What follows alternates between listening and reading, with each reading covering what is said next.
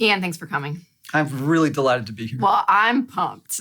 We laughed earlier because I was like, we did a whole show on Disney World, which I love. And now we're doing a segment on the Enneagram, which I'm obsessed with. So those of you guys, you may have heard about the Enneagram. Some of you have no idea what we just said. You have no idea what this is even about. Ian's going to explain all of that in a second. Some of you hate the Enneagram because everyone in your life is talking about it and you're annoyed by it. Stay with us, stick around. And others of you are probably like me, and I may put you in that camp where you just love it. You're fascinated by it. It's so interesting. It's helpful. It's been a big part of my life in different relationships. So, Ian, for those people that are like, what's that word even, Enneagram? Like, what is this thing? How would you explain it? So the Enneagram is an ancient personality typing system, and it teaches that there are 9 basic personality types in the world, one of which we gravitate toward and adopt in childhood just as a way to cope and feel safe in the world. And what's really important to understand is that each of those types has an unconscious motivation or driver that powerfully influences how that type acts, thinks, and feels, and how it sees the world, how it relates to daily realities. Yeah, so fascinating. Okay, so the 9 basic types, can you go through them fairly quickly? Yes. Yeah. 9 different types of human beings in the next 2 minutes. I know. Okay. Describe all the human race. Yeah, here we go. All right. So ones are called the Perfectionists. Yeah.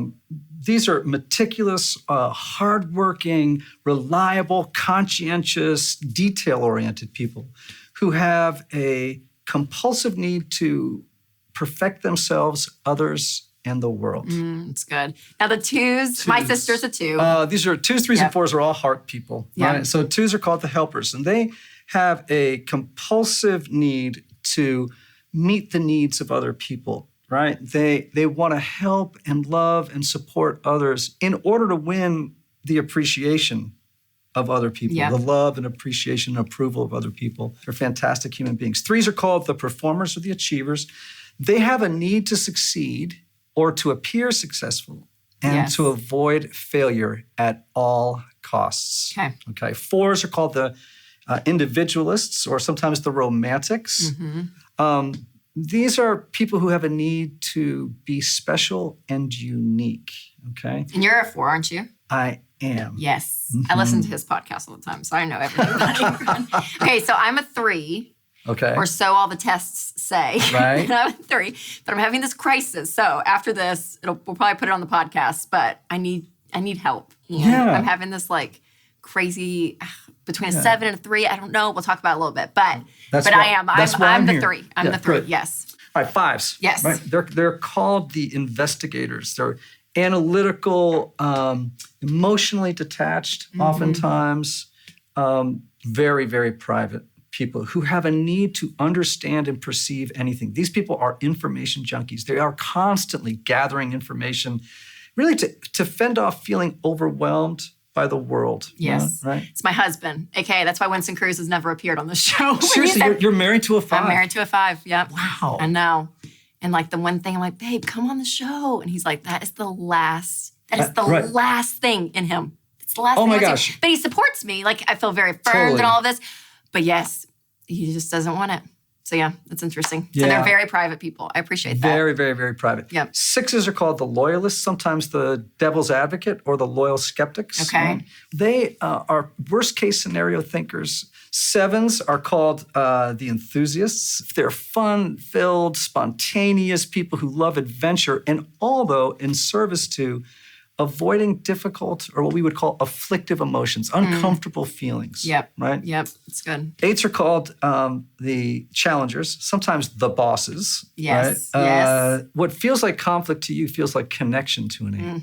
So that kind of challengers. Yes. Yeah, that's how they connect. Yes. Man. That's how they connect with people. It's good. Yep. So 9s are called the Peacemakers. They are often known as the sweethearts of the Enneagram. Okay. Yeah.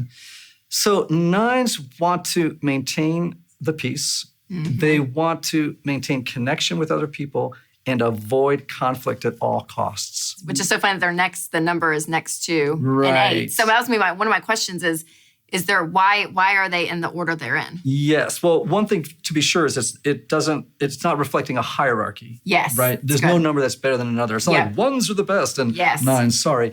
That's not what it is. These are all strategies, right? Yes. Which is like subconscious, right? To it until you're aware. But like exactly, that's what's like, and that's what I love about it, you guys, is this whole episode is about self-awareness and understanding. When you understand how you're wired, the way you are, why you are, it affects your money, it affects your relationships, everything in your life. And so understanding this is so key. And the Enneagram has been one of the tools that puts language to it. I mean, I've done every type of, Myers-Briggs, DISC, all of that. Yep. But it's on a different level. It is. And so I would love for you to go through the numbers and how each personality interacts with money. Because it's how we all interact. And it's interesting when you put your personality to it, what unfolds. Yeah. And you know what? I've thought about this topic a lot. And so I've been really excited about doing this show.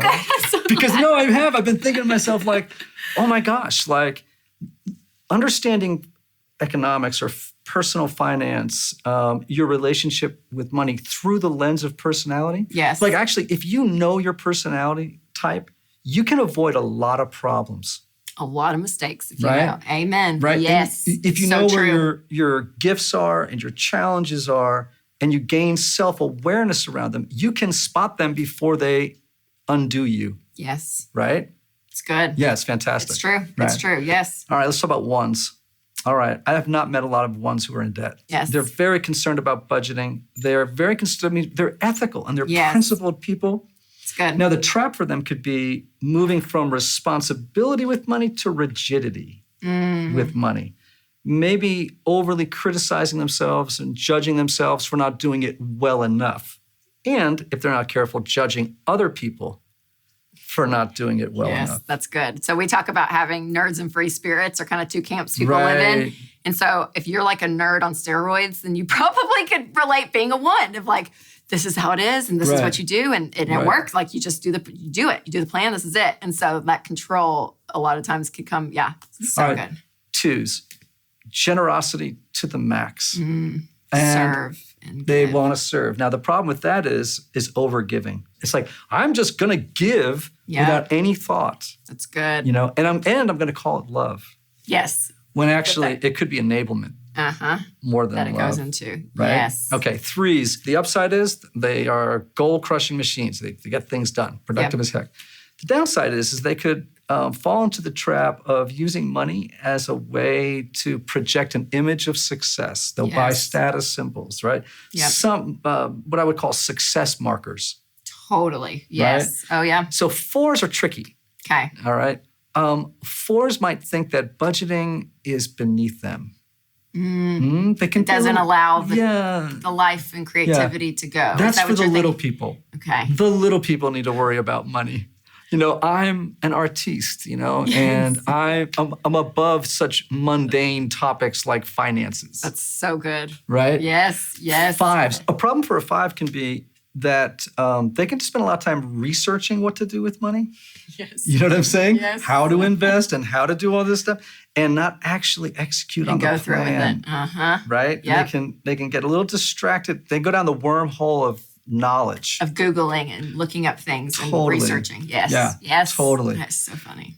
Sixes, these loyalists are chronic worriers. Okay. And a pitfall for them can be they're always looking to outside authorities to make decisions for them. And that can be a problem around finances, right? Interesting. Because there's some good people out there and there are some not so good people out there, right? And so I think for sixes, though, on the upside, they are so earthy and practical. And they can live within a budget like ones can and fives can, right? Yep. Twos, threes, fours have a much harder time than ones and fives and sixes like sticking to a budget. Okay, that's good. Okay. Yes. Sevens. Having fun. Just the impulsivity, though, it can get them into so much trouble with money. And really, it can. Yes. I have seen more credit card debt around sevens because it's like fun, spontaneity. Let's go do this. Let's go do that. Let's just take this trip. Let's have that meal. This is fun. We'll do it. Yeah. Yep. I can see that. Now with eights, these are people who will they're all in or they're all out. They go big or they go home. Yes. It's, you know what I mean? Oh, yeah. So they can gobble up life and money can fly out the door. Mm-hmm. But here's something to their credit. They don't want to be controlled by anybody else. Oh, that's good. They don't want to be controlled by the bank. They don't want to be controlled. Someone else telling them what to do. Or someone owning them, being at the mercy of the bank. Yep. No way, right? So 9s, wonderful sweethearts, they get easily distracted. Budgeting's hard for 9s because they're easily distracted. They get going on a budget and then they suffer mission drift. Yes. So every type has its own lens through which I think it understands and sees money. And we're just scratching the surface of what we could talk about. Finances and types. Oh, so good. I know we'll have to have you back. Thanks, Ian, for coming. Seriously, so huge, your knowledge. And truly, you guys, this idea of self-awareness and understanding who you are, whether you use the Enneagram or not, it's amazing how you can take what you've learned about yourself and not only avoid problems when it comes to your money, but know how you interact with it and why you see money the way you do and your relationships in your life as well. It's so helpful. So, Ian, your book, The Road Back to You, I love. The Cruzes have it and the extended Cruzes all have it. And the Ramseys have it. We love it. So check out his book. His podcast, Typology, is so fascinating. You do such a great job. Thank you. Interviewing people with different numbers and talking them through their life and stuff. It's fascinating, you guys. And then you have a great new assessment, right? I do, yeah. It's very hard to find a good Enneagram assessment. One that's sort of well-researched and gives you a great accuracy rate. So we have one called the IEQ9. It just launched. Okay, it's exciting. So if folks go to my website, Ian Morgan Cron, IANMORGANCRON.com, and go to the tab IEQ9, they can learn all about it. There, guys, make sure to check it out. Seriously, dig into this stuff, understand who you are. It's so huge. So anyways, we need to analyze me. If you want to hear that, listen to the podcast, to my podcast, because I need help. So let's do that next. All right. Okay.